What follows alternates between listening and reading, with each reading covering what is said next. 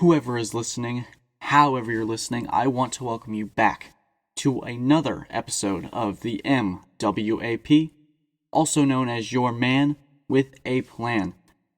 What a week of football we had. We had Conference Championship Saturday, we had a great slate of NFL games on Sunday, Top 4 was decided, and we had a controversial yet entertaining game on Monday Night Football.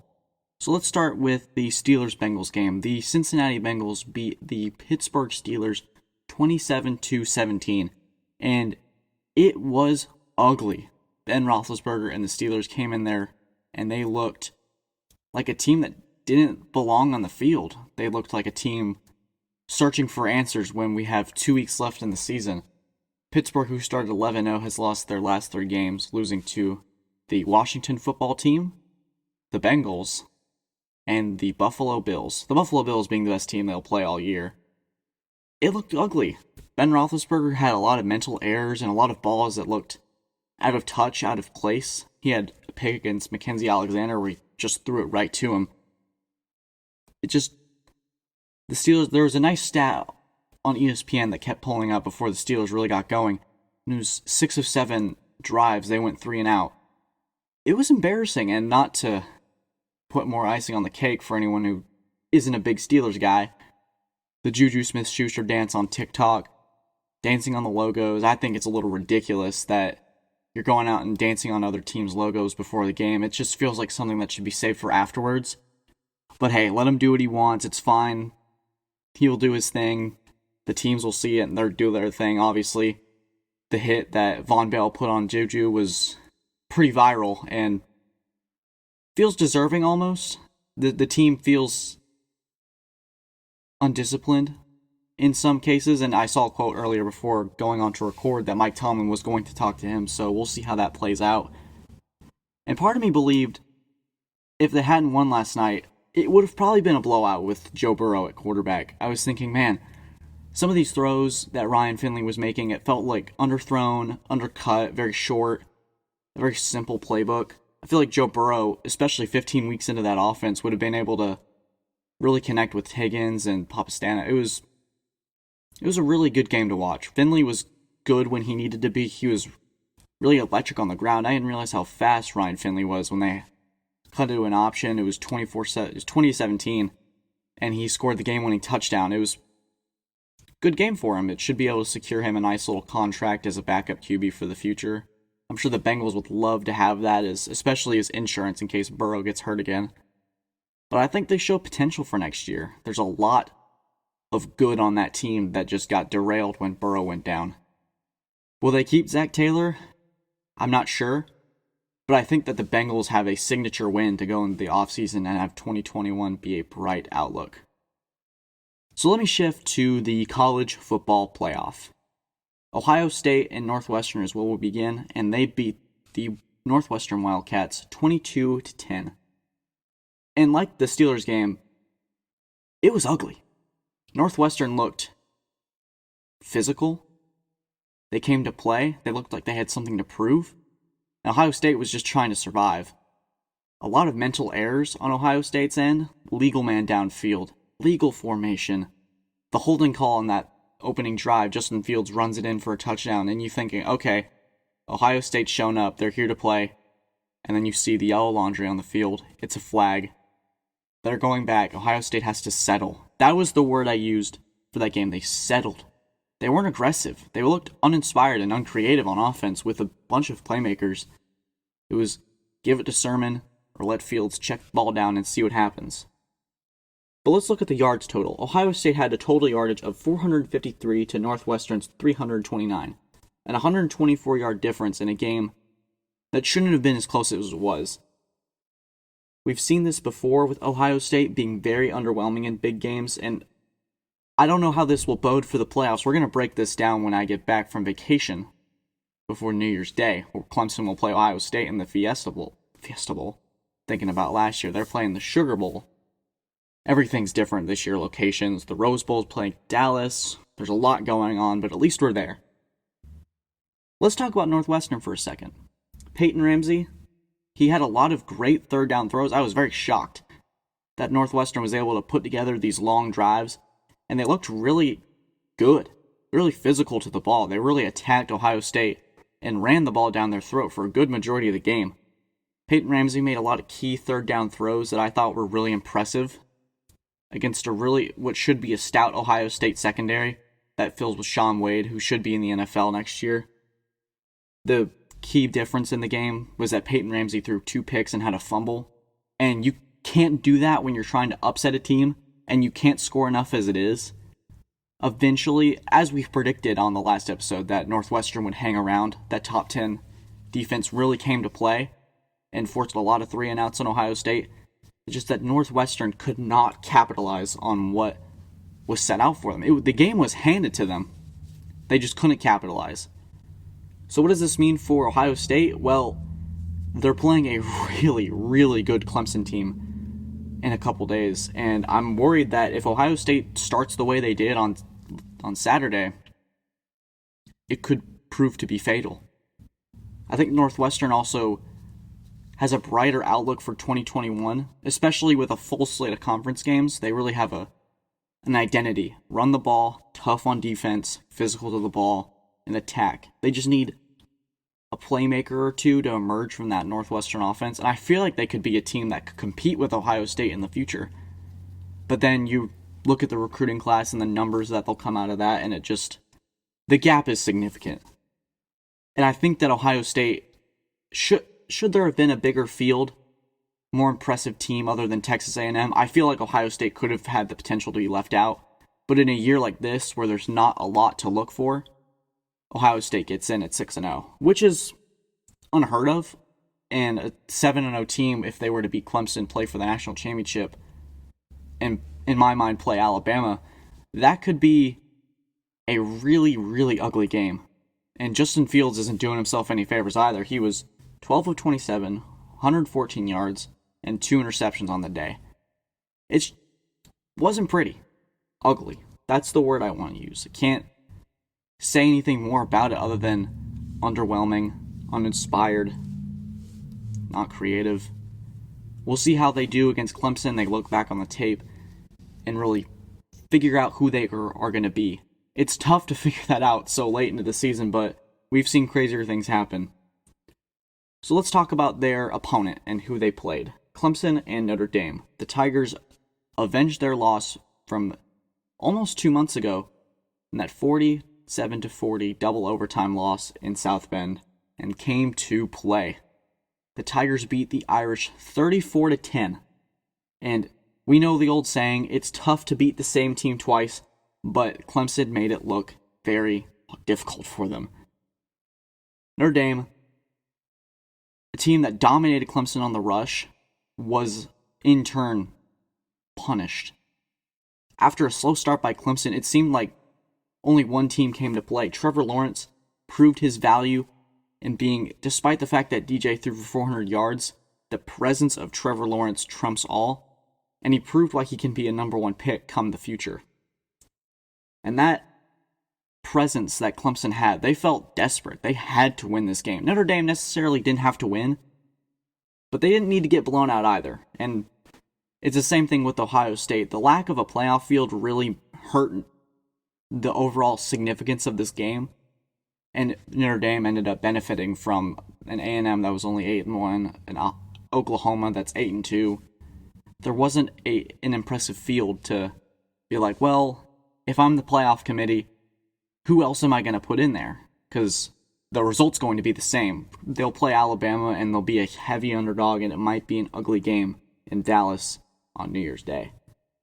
Let's talk about James Skalski. They had a really nice piece on him during the Clemson game about how he recognizes coverage, how he recognizes what's going on. It seems that he really does his homework, and it showed. He had 5 tackles.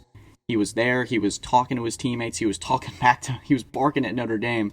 And it really just seemed like that this game that they lost 47-40 was on his mind every single day, thinking about, I need to get out there and I need to prove to the world that I matter. And that's going to show for NFL scouts the value when you're out and when you're back in.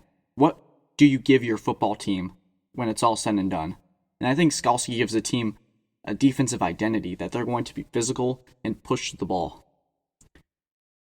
And a team that had lacked an identity against Notre Dame finally came back with Travis Etienne, who had over 100 rushing yards on the game and looked really good.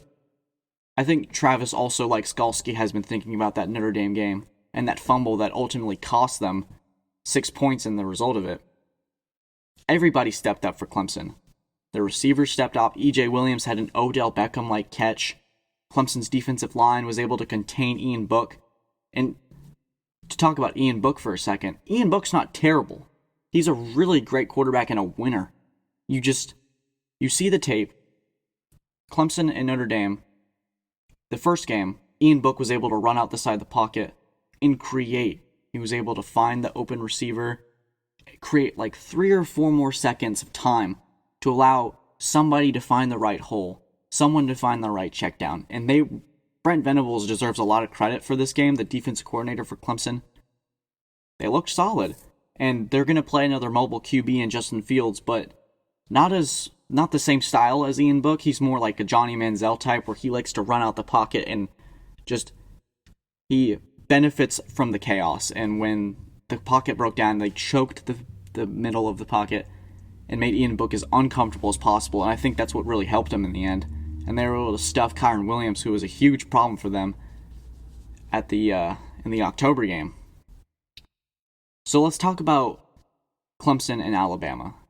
They are in my mind, if you were to rank them in tiers, you've got Tier A, which is Clemson and Alabama, and then you have the rest of the teams that are trying to get to that top tier spot. Does that hurt the college football playoff? Would you guys like to see a topic like that, where the lack of parity potentially in college football may hurt the sport in the long run? Let me know. Is Notre Dame set for another beatdown? Are they going to go against Alabama and get absolutely pummeled? We'll find out. And I think Trevor Lawrence, while it's unlikely he won't win the Heisman Trophy, I think he proves that he is indeed the best player in the entire nation and will be the number 1 pick when it's all said and done. It's that presence. When sun shines in the pocket, you feel pretty good. Okay, let's shift to Alabama and Florida, which proved to be the game of the day. And while it was the game of the day, it was an offensive lopsided matchup. There was no defense to be seen here. Alabama, let's start with them. They have their big 3, and Mac Jones, Najee Harris, and Devonta Smith.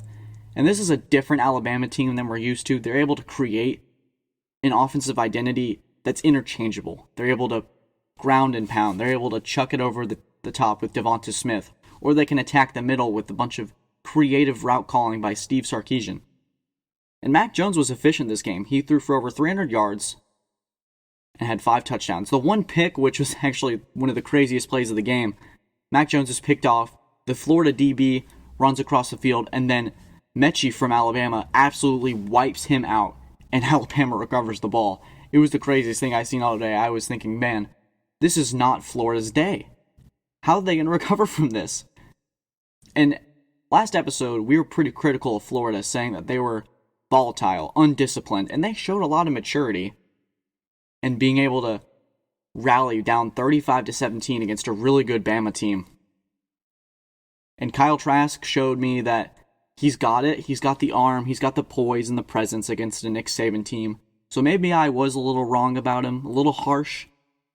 But there's still a lot to be seen. The lack of running game for Florida really hurt them in this game. It was almost atrocious. They couldn't get anything going. And it was almost just to run, just to make them honest. But the audience knew, the coaches knew, that Florida's a passing team through in and through out. It's not going to change in any way. It was very one-dimensional, I'd like to add. So let's say Florida didn't lose to LSU. The shoe thing never happened. It didn't happen at all. Would they make the playoff over Ohio State? 6-0 versus 8-2, where you lose to the number 5 team in the country and the number 1 team in the country in the best conference in football. Versus a weak schedule. Ohio State didn't do themselves any favors. Who knows? That would have been really interesting on Sunday to see what the committee values. Clearly, 2 lost teams are pretty crippling when it comes to the college football playoff. And maybe in a 2020 year, things change, but that doesn't change the fact that Florida did not take care of business when it mattered. And it's unfortunate for them because they played a really good game. Like, they really showed up in Atlanta, and I was very impressed with Florida. And Dan Mullen, for that matter. I feel like, for all the noise that Florida is, they're a really loud team. Like, you're always hearing about Florida. That Kyle Trask, Kyle Pitts, this offense, this is crazy, the shoe, Margot Wilson. There's always a lot of noise. Not a lot from Alabama. Alabama's always quiet. Nick Saban's very stoic. He's very disciplined. The standard, the culture. National championships or bust. Players and coaches talk about Saban like he's a military general. You don't step out of line with Saban. You don't throw a shoe if you're wearing the crimson with Alabama. You just don't do these things. And there's your difference. Alabama and Florida were separated by a culture, a standard. And while Florida came to play, it's that LSU loss that always crippled them in the end and always will be there. That'll always define them going forward. Can they overcome that in 2021? Can they become a more disciplined team? Can they find that standard? We'll see. Speaking of a team trying to find itself, let's shift to the NFL real quick and talk about the Tampa Bay Buccaneers. Tampa Bay, led by Tom Brady, yet again beat an Atlanta Falcons team that was up big on them. You saw the pictures, the same look on the sideline, head down, and you almost felt like Atlanta was destined to blow it, like they have all year. And I feel really bad for Falcons fans. I feel like they do this dance every week where they get their hopes up and then it just comes crashing down. It's almost like a sugar rush where you eat a lot of candy and you feel really good, and then a couple hours later you're falling asleep wondering what in the world just happened. So let's talk about Tampa Bay and why I'm concerned about them going into the playoffs. Number one, slow starts. Tampa Bay seems to start really slow every week, and eventually it's going to happen against a team like the Chiefs where you can't start slow. We saw this when they played the Chiefs in the regular season when they were down 17-0. They came back, they dug out of that hole, but it wasn't enough. You can't go down against 17 against the Chiefs. It just, certain things don't pan out when you start slow. And for all that they have on offense, I feel like it's the same checkdowns, the same over the middle, the same runs with Leonard Fournette or Ronald Jones. It just seems very uncreative. And as I'm watching Tampa Bay, I'm thinking, Tampa Bay reminds me of an overloaded basketball team with too many personalities. They feel like the Houston Rockets, in a way. Too many mouths to feed. A lot of guys who are the one, but they're having to decide who's going to be the guy that takes the shot. I feel like on every team, it's important for there to be the guy. You have an Aaron Rodgers, a Mahomes, a DeAndre Hopkins, a DK Metcalf, a Stephon Diggs, where no matter what happens, if you're tied in the playoffs and it's 3rd down and 10, you need that big throw or that big catch. Everyone's thinking, okay, where is this guy? What is he going to do? Is Mahomes going to make that throw? Is Kyler Murray going to chuck it up to DeAndre Hopkins? How do you scheme around that guy? How much of an impact does that guy have on the game? Does Tampa Bay necessarily have that? Now you could say, oh, Mike Evans, Chris Godwin. How consistent have Mike Evans and Chris Godwin been this season? Is that number one connection as great as advertised? I mean, we were thinking Tampa Bay's offense, oh, Tom Brady has his weapons. This is a team that's going to go 16-0. Not really. 9-5. Lackluster 9-5, a wild card team. They're going to have to travel somewhere cold. Or a Saints team that's got a really good defense. Oh, but Antonio Brown. A nutcase. Antonio Brown? Where's he been all year? Tampa Bay. Do you trust them? Seriously, do you trust Tampa Bay against a Saints team? Or do you trust the Tampa Bay team that has to travel up to a snowy Lambeau where they're going to play a really, really angry Aaron Rodgers who's going to win the MVP this year? They drafted his replacement. He's pissed. It's time for them to go. They've been very inconsistent. And you can get down on teams like the Chargers or the Falcons, but against a really good team in the playoffs, are you going to be able to afford to go down 17-0 every single time? It's not like last year with the Kansas City Chiefs where the Chiefs can score like that. Tampa Bay feels underwhelming to me. I'm concerned, but you really can't always count out Tom Brady, and maybe he's that guy. But this year it just feels different. You're trying to figure out your offense. You're trying to figure out what your guys like and don't like. Trying to mold with Bruce Arians, who's really chuck, and Tom Brady's really check. It just doesn't feel right to me. It feels like a basketball team. Who's going to be the guy that takes the final shot in the end? We'll find out. Come the playoffs, they have the Detroit Lions and the Falcons again. Can they get these pieces worked out so the playoffs they can make a suitable run against a loaded NFC and a potential Chiefs team or a Bills team in the Super Bowl? I want to wrap up talking about the Jets. I feel like talking about the Jets is kind of a old song at this point. Oh, they won a game. It's crazy. They beat the Rams 23-20. And I love when your team it's so bad for the Jets. I feel so bad that winning to them is now losing. Like, no, you're not supposed to do that. You're supposed to lose. We want Trevor Lawrence. Now they have, what are they going to do with number 2? Because it's Trevor Lawrence in the field. Trevor Lawrence is the top. He's the prized possession. And Jacksonville's probably sitting there saying, thank you.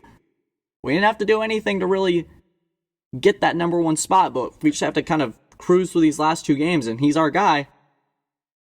So what does New York do? Do they build around Sam Darnold? Do they invest in him and get a competent coaching staff around him and draft, which is a deep wide receiver class? Do they take the tackle from Oregon? Do they go defense? There's so many questions now that the Jets have to face with overhauling their front office and roster. It's going to be an interesting offseason for New York. Unless Jacksonville decides to win another game, it'll be an interesting draft season. Especially with one of the greatest draft prospects in all time in Trevor Lawrence. It's going to be crazy. Well, that wraps up today's show. I really hope you enjoyed. If you really believe in what we're doing, Man with a Plan, what started out as a personal project for me, I really believe in that could become something great. If you believe in the show, share it with your friends. Like, comment what you want to see next. Subscribe. And I hope you guys have a fantastic day and a very safe holiday. And I hope you all take care.